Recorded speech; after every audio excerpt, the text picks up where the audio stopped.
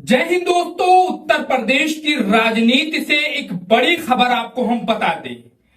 NDA की BJP की जो सहयोगी दल है निषाद पार्टी, उससे बीजेपी का लगातार तकरार हो रहा है उपचुनाव को लेकर।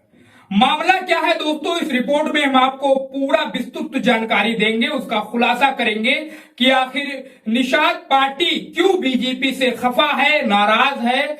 और उन्होंने यहां तक कह दिया है निषाद पार्टी चीफ ने कि अगर बीजेपी हमें ये सीटें नहीं देती है तो हम 9 के 9 सीटों पर उपचुनाव लड़ेंगे। मामला यहां तक पहुंच गया है दोस्तों हम आपको बता दें कि 2022 के चुनाव में जो विधानसभा का चुनाव हुआ था उत्तर प्रदेश में, उसमें निषाद पार्टी ने मझवा सीट से चुनाव लड़ा था, जहां पर उसका विधायक जीता था। वहीं दोस्तों हम आपको और एक और बात बता दें कि जो लालजी वर्मा की सीट थी भदोही, वहां पर निषाद पार्टी का ही प्रत्याशी चुनाव लड़ा था बीजेपी के सहयोगी दल की तरफ से, और वहां पर निषाद पार्टी के प्रत्याशी को लगभग 7,500 वोटों से हार का सामना करना पड़ा था।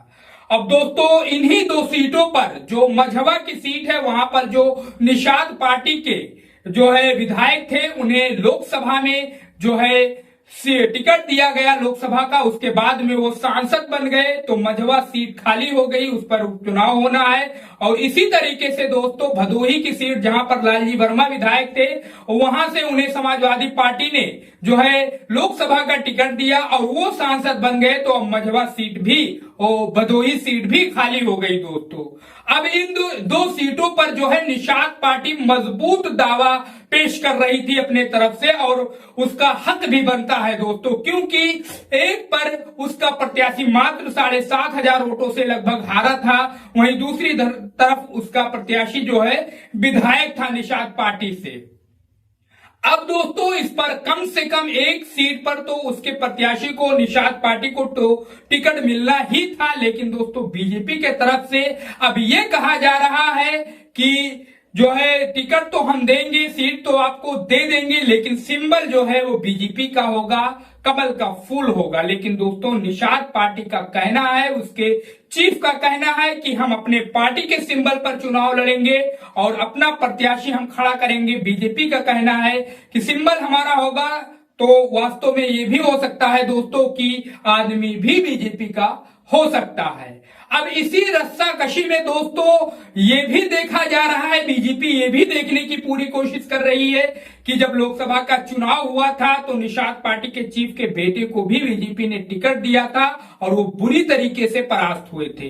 इसी तरीके से ओपी राजभर के बेटे को चुनाव में जो है टिकट दिया गया लोकसभा के चुनाव में, और वो भी बुरी तरीके से पस्त हुए थे लोकसभा चुनाव में। इन सब को देखते हुए बीजेपी कोई भी जोखिम नहीं उठाना चाहती है दोस्तों, और मामला यहां तक पहुंच गया है। निषाद पार्टी के चीफ का यह भी कहना है कि अगर हमें सीटें नहीं मिली तो हम 9 सीटों पर उपचुनाव लड़ेंगे।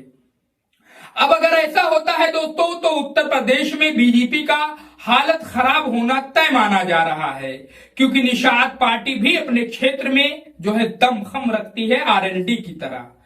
अब दोस्तों निषाद पार्टी चीफ को मनाने के लिए बीजेपी के तरफ से पूरी टीम तैयार हो गई है। एक तरफ तो डिप्टी सीएम ब्रजेश पाठक लगे हुए हैं, दूसरे तरफ से दूसरे डिप्टी सीएम केशव प्रसाद मौर्य भी, बीजेपी ने उनको भी इसी काम में लगाया है कि किसी तरीके से नेता निषाद पार्टी के चीफ को जो है समझा बुझाकर उन्हें शांत किया जाए। अब दोस्तों इसमें आप भी अपना राय दे सकते हैं कि जिस तरीके से बीजेपी दूध में मक्खी जैसे निकाल कर फेंका जाता है, उसी तरीके से निषाद पार्टी के साथ वही व्यवहार कर रही है, या फिर और कुछ बात है, किस कारण से बीजेपी जो है निषाद पार्टी को सीटें नहीं देना चाहती है। इस बारे में आप अपनी राय हमें जरूर बताइए कमेंट बॉक्स में। वीडियो अच्छा लगा हो तो चैनल को जरूर सब्सक्राइब करो, वीडियो को शेयर करो दोस्तों। मिलते हैं किसी दूसरे खबर के साथ, तब तक के लिए जय हिंद, जय भारत।